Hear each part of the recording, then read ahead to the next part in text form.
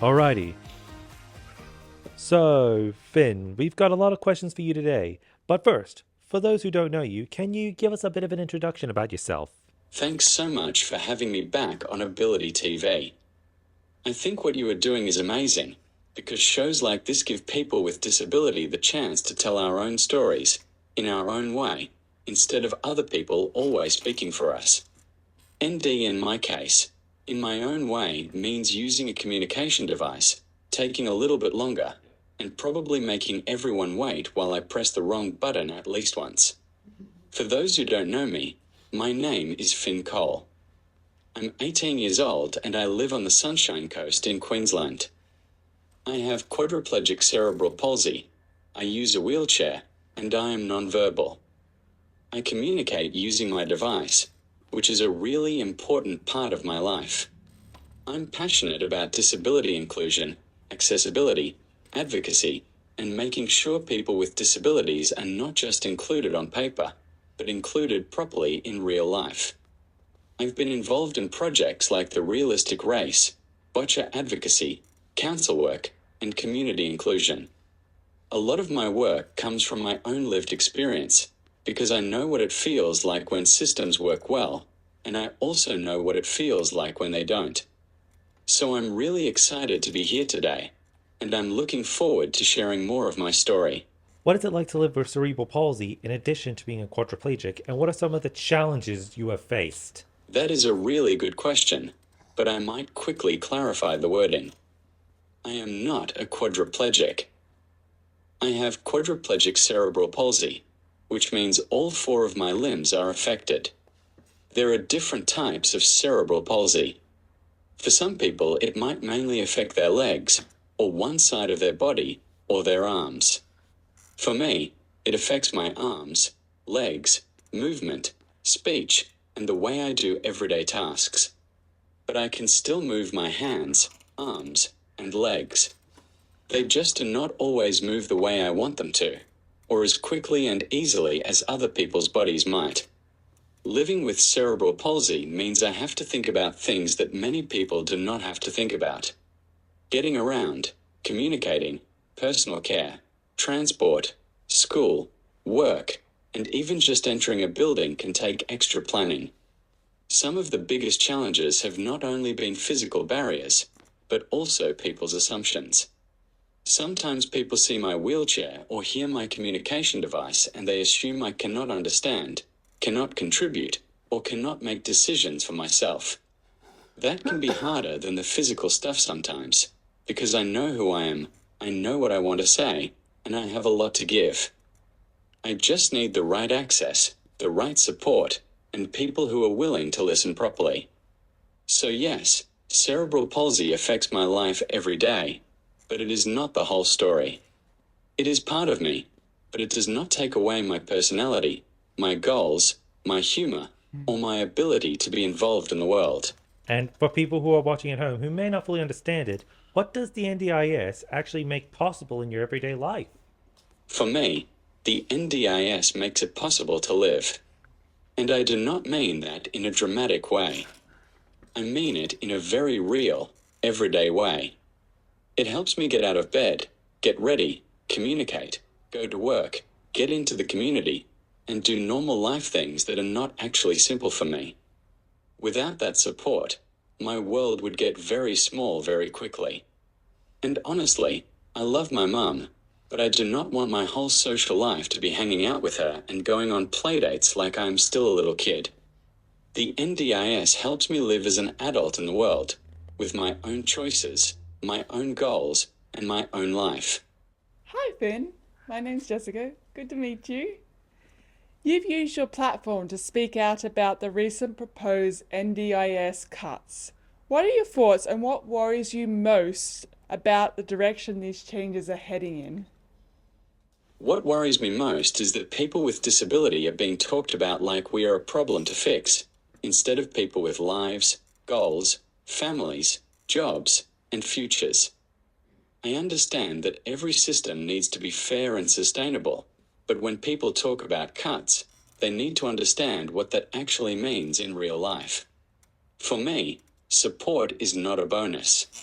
It is what allows me to get out of bed, communicate, work, be in the community, and live as an adult. So my biggest worry is that decisions are made by people who do not fully understand what it is like to need support every single day. The NDIS should not be about giving people a fancy life. It should be about giving people a fair chance at an ordinary life. So you're a huge advocate for accessibility in communities. Please tell me about your journey in advocacy. Before I went down the advocacy path, I actually thought I was going to work in IT. Then I did my grade 10 work experience in IT and realized very quickly, oh no, this is not my dream life. Luckily, at the same time that my future IT career was falling apart, I was asked to be involved in the Sunshine Coast Council All Abilities Action Plan. I was by far the youngest person in the room, and I was also the only non-verbal person in the room. At first, that felt a little bit intimidating. But then something really important happened. People actually listened to me. Not in a tokenistic way, but in a way that made me feel like what I had to say had value. That gave me my first real taste of advocacy. I realized that my lived experience was not just something I had to carry. It was something I could use to help other people. And once you realize your voice can help change things, even if that voice comes through a device, it is very hard to go back to being quiet. What made you want to advocate for people of all abilities? Was it inspired by your own experience? Yes, it was definitely inspired by my own experiences. One story that really sticks with me was when I was in grade 6. I was vice captain of my school, and there was no way for me to access the stage. For most events, I had to sit in front of the stage or beside it, while everyone else went up the stairs. But for graduation, I really wanted to go on the stage, shake the principal's hand, and receive my certificate like everyone else. The team around me worked so hard to make that happen, and it all came down to a few very dramatic final moments. The lift was installed about half an hour before the presentation started, and I did my first test run just as people were walking in. No pressure at all. But it worked, and I still remember the emotion in that moment. My team had tears in their eyes, and even the man who installed the lift was emotional. The best part is that it did not just help me. From that moment on, the school had a way for anyone who could not use the stairs to access the stage. Wheelchair users, guests, students, adults, anyone. That showed me the power of advocacy. When people decided it was not okay for me to miss out, they did not just change one moment for me. They changed the school for everyone who came after me. That is why I advocate. Because access is not just about one person. When we get it right, we open the door for so many more people. Do you think public conversations around the NDIS sometimes focus too much on cost instead of people? Yes. 1,000,000 times yes. I find the conversation around the NDIS quite upsetting sometimes, because it often feels like we have stopped talking about people and started talking about us like we are just a cost. At the beginning of the NDIS, it felt like Australia was saying, people with disabilities and their families deserve support to live a good life. That was something to be proud of. But now, the conversation can sound like people with disability are becoming a drain on society. I find that really hard, because support is not a luxury for me. It is what makes my life possible. I also think we forget that the NDIS does not only support the person with disability, it supports a whole workforce. In my life alone, there are support workers, therapists, plan managers, support coordinators, equipment providers, wheelchair people, communication device people, and probably a few people who deserve danger money for dealing with my technology when it decides to have a meltdown. So yes, the NDIS costs money, but it also creates jobs, keeps people employed, and helps people like me contribute back to the community. I wish we talked about that more. Because the NDIS is not just a line in a budget.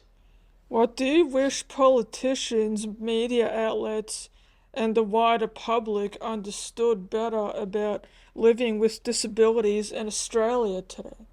I wish people understood that we are people, not numbers. Sometimes the conversation around disability, especially the NDIS, makes it feel like people with disability are constantly having to defend ourselves and prove that our lives are worth supporting. I understand that budgets are important. I also understand that the NDIS is not perfect, and there may be things that need to change. But I wish politicians, media outlets, and the wider public were more careful with the language they use. When people talk about costs and burdens all the time, they are not just talking about a system. They are talking about real people's lives. So what I really wish people understood is this: people with disability are not a problem to be managed. We are people with goals, humor, relationships, skills, futures, and lives that matter. What is it like to be part of the QDN Emerging Leaders program? Being part of the QDN Emerging Leaders program has been amazing. I love being around other people who are passionate about disability advocacy, because it reminds me that I'm not doing this work by myself. One of the coolest things has been meeting other people with disability who are living such interesting, powerful, and exciting lives. Sometimes the world talks about disability in such a negative way, so it is really refreshing to be in a room with disabled people who are leading, working, creating change, speaking up, and just living really cool lives. I feel really proud that I was chosen to be part of the program, and I am proud to learn alongside the other emerging leaders. It makes me excited for the future, because I think there is a lot of power in disabled people learning from each other and backing each other. I cannot wait to see what comes out of it. Hello, Finn. My name's Cooper. Nice to meet you. My first question for you is, what gives you hope right now within the disability community? What gives me hope is disabled people themselves. I am seeing more people with disability speaking up, leading, working, creating, advocating, and telling their own stories. That gives me hope, because for a long time, other people have spoken about us, made decisions for us, or assumed what our lives should look like. But now, more disabled people are saying, actually, we are the experts in our own lives. I also get hope from the younger generation of disabled people, because I think we are getting louder, smarter, and maybe just a little bit more annoying in the best possible way. We are not just asking to be included. We are expecting it. That gives me hope, because change does happen when people keep showing up, keep speaking up, and keep refusing to be treated like an afterthought.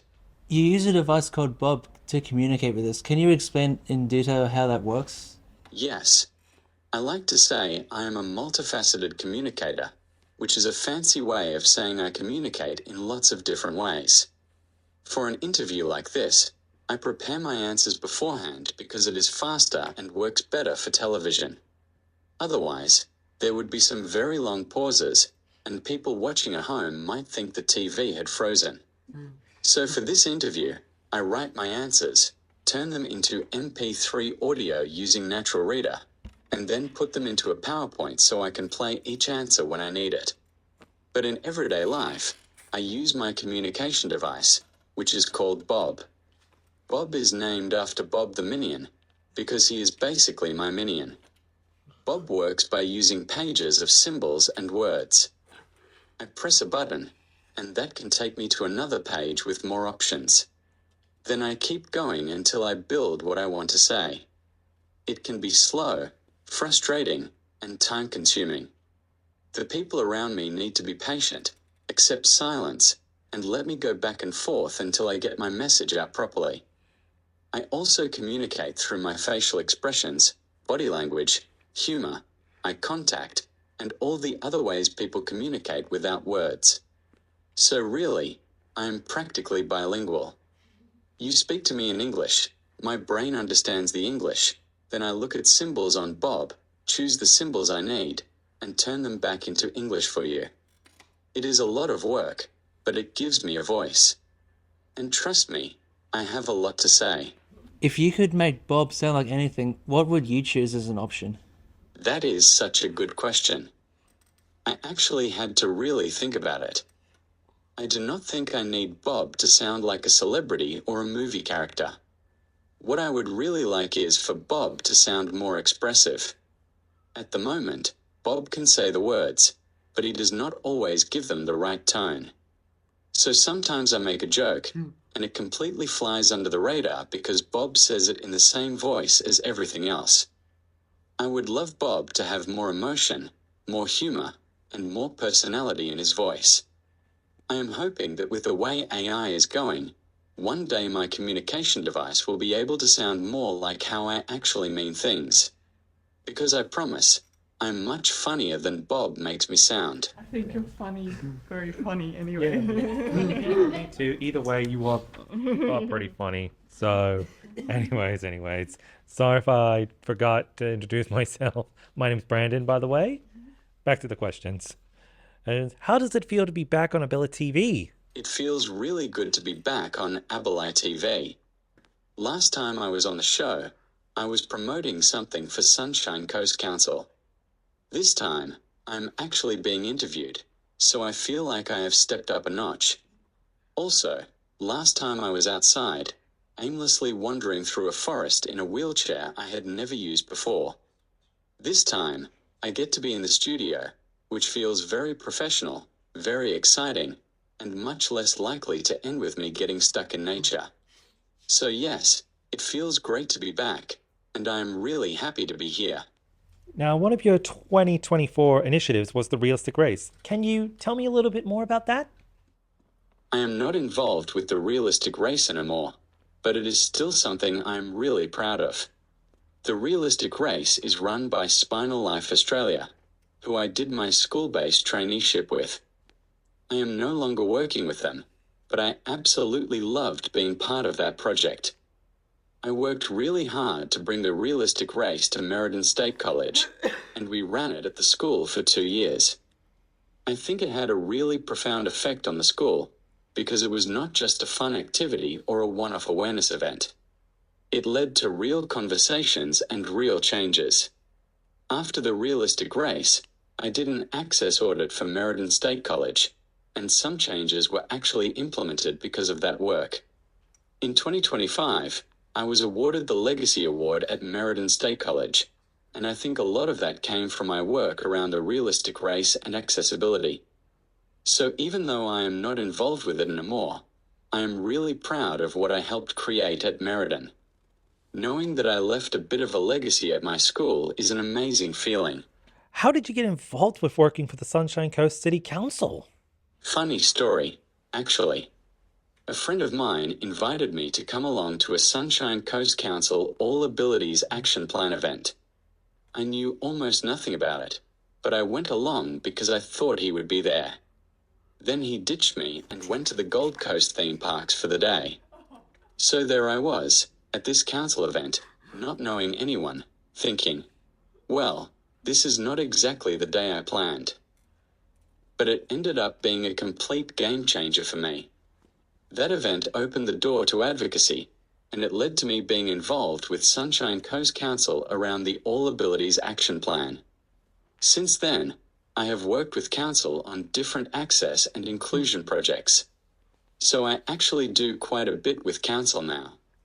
And it all started because I got stood up on a Council Day date.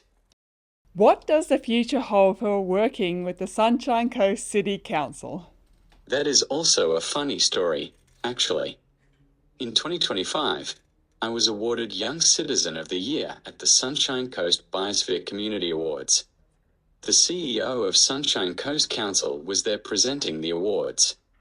At the end, he came over, shook my hand, and said, "Congratulations, young man." So naturally, I took that as my opportunity and said, "I want a job at council." He laughed and said something like, "Come back to me with a plan for how you can help council." What he did not realize is that I am a very squeaky wheel. And as anyone who knows me will tell you, once I get an idea in my head, good luck getting rid of me. So I kept pushing, and now Council is working with me to create a role around access and inclusion. I am not exactly sure what the future will look like yet, but I know it is exciting. I would love to work alongside Council's community teams and help make the Sunshine Coast more accessible, inclusive, fun, and hopeful for people with disability. I love the Sunshine Coast, and I want people with disability to feel like this is a place where they can belong, contribute, and enjoy life fully. So hopefully the future holds a job, a lot of advocacy, and probably a few more meetings where people realize I am not going away. You graduated from a public school. How many people were students with disabilities, and what was that experience like?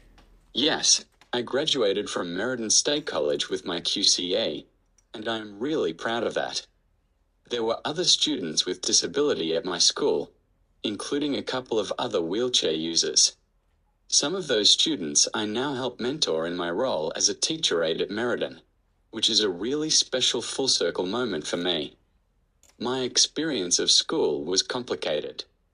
There were really good parts, and there were also parts that were incredibly challenging. A lot of people worked very hard to help me get through school and finish with my QCA, and I am grateful for that. But the truth is, a lot of the curriculum was not naturally accessible for me. People had to be creative, flexible, and willing to adapt things so I could actually participate and show what I knew. I also found school quite lonely at times.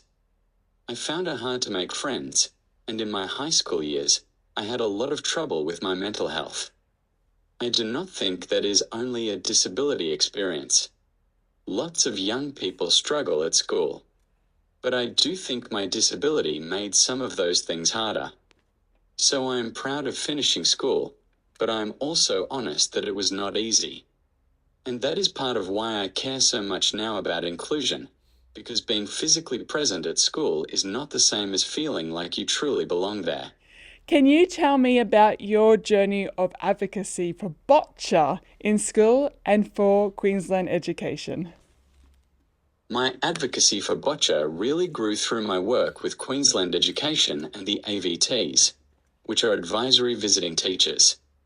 My very first speaking engagement was actually with the AVTs. So, hi to all the AVTs out there, I love you. And let's just say, they fell a little bit in love with me too, because they have now asked me back twice. I recently did my third presentation with them, which was basically a life update from Finn. The AVTs worked closely with the head of special education at Meriden State College to help create a role for me as a mentor to other students, and also as an advocate for Boccia. I believe really strongly in Boccia as an interschool sport.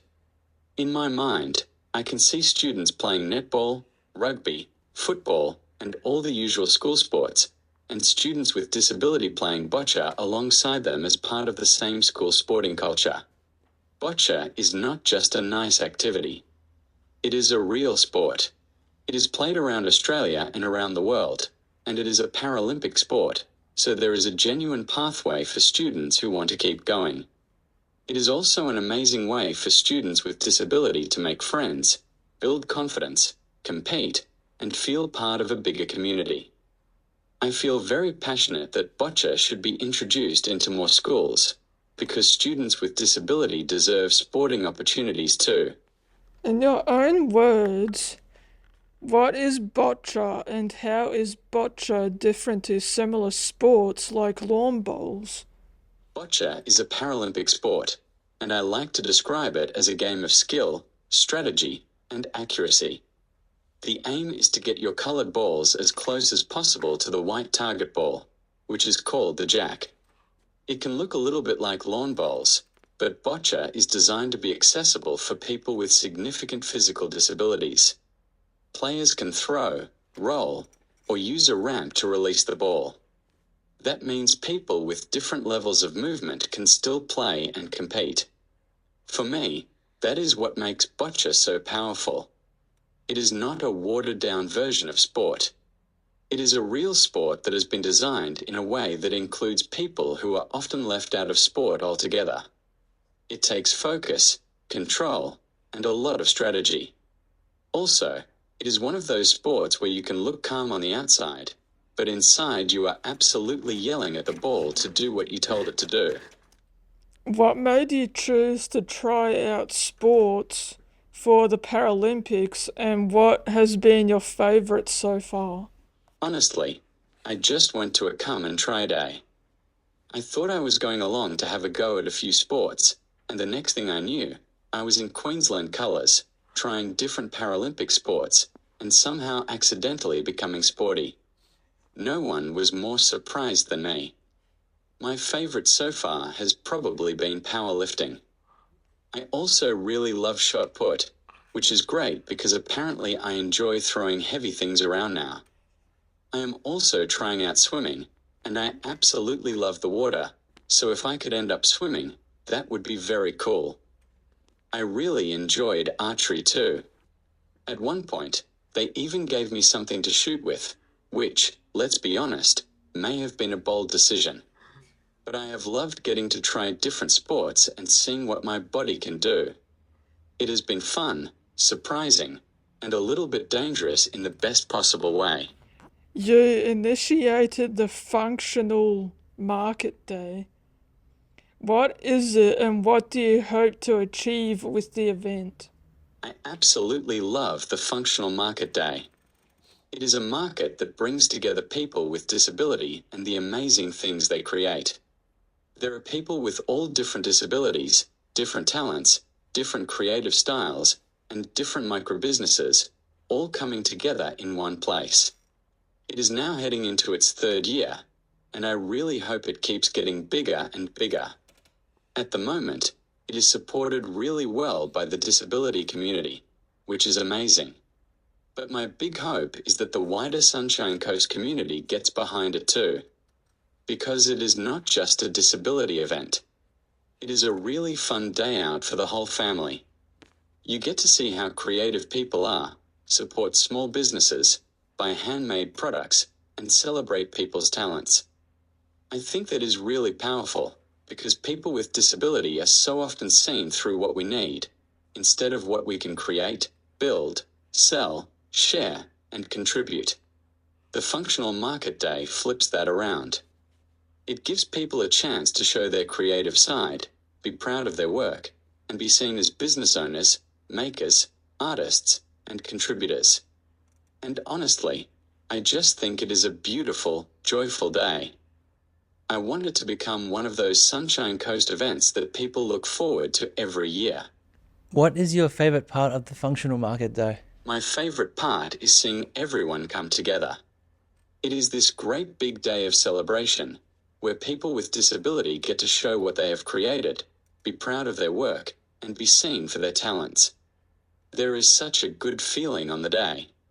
It is creative, joyful, and full of community. What are some of your hobbies? One of my favorite things is getting into my spa at home. I love getting out of my wheelchair and into the pool or the spa because I love being in water. It feels incredibly good to move my body through space in a way that feels easy and enjoyable. I also really enjoy time on my computer. I like playing games, including Roblox. I know, but I like it, and I am brave enough to admit that on television. I also go to church on Sundays, which is a nice way to be part of that community. And I like hanging out with my family. At the moment, my brother, my mum, my dad, and I are watching South Park together after dinner, which has been very entertaining and probably counts as family bonding in the weirdest possible way. I'm an avid train and transport enthusiast. How do you access public transport with your wheelchair? I actually really love catching public transport. I am part of the Queensland Accessibility Reference Group for Kinetic, which is about looking at transport and accessibility for people with disability. I started catching the bus on my own when I was in grade 10. I worked out the timetable myself, decided to catch the bus into town, and my parents met me there for an ice cream. I think they may have followed the bus, but we will let them pretend they were being relaxed and normal. I took my power wheelchair to the bus stop, got on the bus with my headphones on, tapped on with my access card around my neck, sent my parents a proof of life photo, and off I went. Since then, I have also caught the train from the Sunshine Coast to Brisbane. For me, accessible public transport is so important because it means people with disability can be part of the community, travel more independently, and get where we need to go. I really hope our transport network keeps getting stronger, better, and more accessible for everyone. Thank you.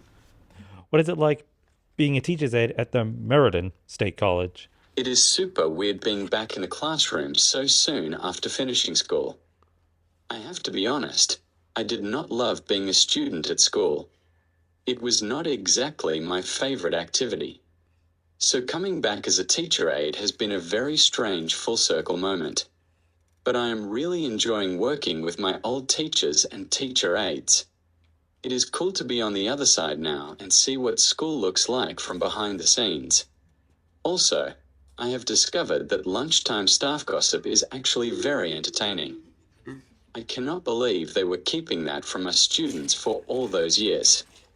My contract with Merredin State College finishes in June, and after that I am hoping to work with Sunshine Coast Council. I also hope to stay casually employed with Education Queensland so I can keep working on introducing Boccia as an inter-school sport. So even though being back at school feels a bit funny, I am proud that I get to support other students and use my experience to help make school better for them. Hello, I'm back again. Hi. So, you touched on this before, but I'm going to ask again. You won the Sunshine Coast Young Citizen of the Year Award in 2025.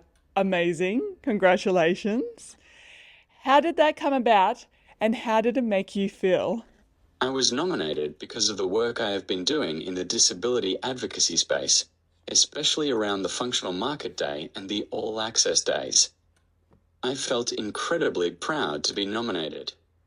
I was also really proud of the two other amazing young people who were nominated with me.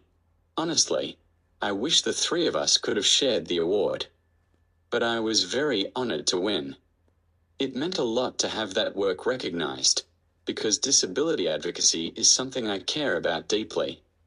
It was also a pretty important moment for my future, because the CEO of Sunshine Coast Council presented the award to me, and I immediately used that opportunity to ask him for a job. So hopefully, winning the award does not just end with a trophy. Hopefully, it ends with me working with Council and continuing to make the Sunshine Coast more accessible and inclusive. Talking to new people and figuring out how much enthusiasm is needed are skills I've had to practice. How do you deal with communicating with new people, and who do you find it easiest to talk to? Communicating is something that is very challenging for me. I have to work really hard to be heard and understood. Sometimes people talk over the top of me, answer questions for me, or look at the adults around me, like my parents or support workers, instead of looking at me. That can be really frustrating, because I am right there. I might communicate differently, but I still have my own thoughts, opinions, jokes, and answers. But I also use communication partners, and that is an important part of how I communicate. I want questions to be directed at me, but sometimes I will ask my parent or my support worker to answer for me if I know they understand what I want to say. For example, if there is a really long story or something I do not have all the vocabulary for on Bob, I might ask my communication partner to help fill out the story. When I am using Bob, my answers can be short and direct. So sometimes my communication partner helps expand what I mean. But there is a big difference between someone talking for me without permission and someone talking because I have asked them to help me communicate. That distinction really matters. I love people, I love talking, and I love having my voice heard. I just need people to understand that communication looks different for me. One of the biggest things I want people to understand is that if you are talking to someone who uses a communication device, you need to be okay with silence. Give the person time. Give them space. Do not rush in and fill the gap. Because sometimes the best conversations happen when people are patient enough to let me finish what I actually want to say. How did it feel to book your first independent holiday to Cairns? Is there anywhere else particular you want to travel in the near future? I am so excited to be traveling to Cairns. This is my first ever non-parent holiday, because I am going with my support worker, not my mum and dad. So it feels like a really big step towards independence. I am staying at the Spinal Life Hotel, which is set up for people with complex physical needs. I have stayed there before, so I know it caters for me, and that makes the whole trip feel much easier and less stressful. What I am most excited about is seeing what it feels like to make choices for myself, be more independent, and have a proper adult holiday. My big dream holiday is Canada. My family are looking at going there in 2028, and I have a very specific reason for wanting to go. I have a weird obsession with Linus Tech Tips. If you know Linus, you know. He is a huge tech YouTuber, and I am a bit of a fanboy. So yes, I'm basically hoping to drag my entire family to Canada so I can maybe meet my YouTube hero. Nothing is guaranteed yet, but who knows? Dream big. Start with Cairns, end with Linus. So, Finn, do you have any questions for us?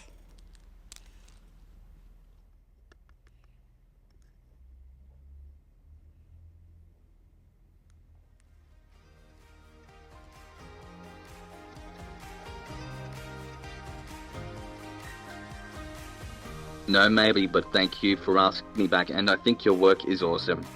Oh, thank you very much for that, Finn.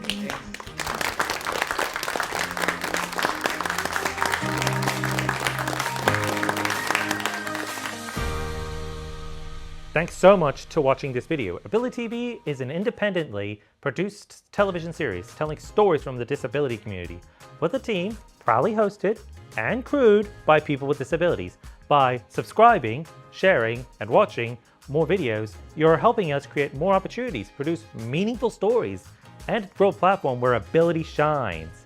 So hit subscribe and choose your next AbiliTV story on the screen now.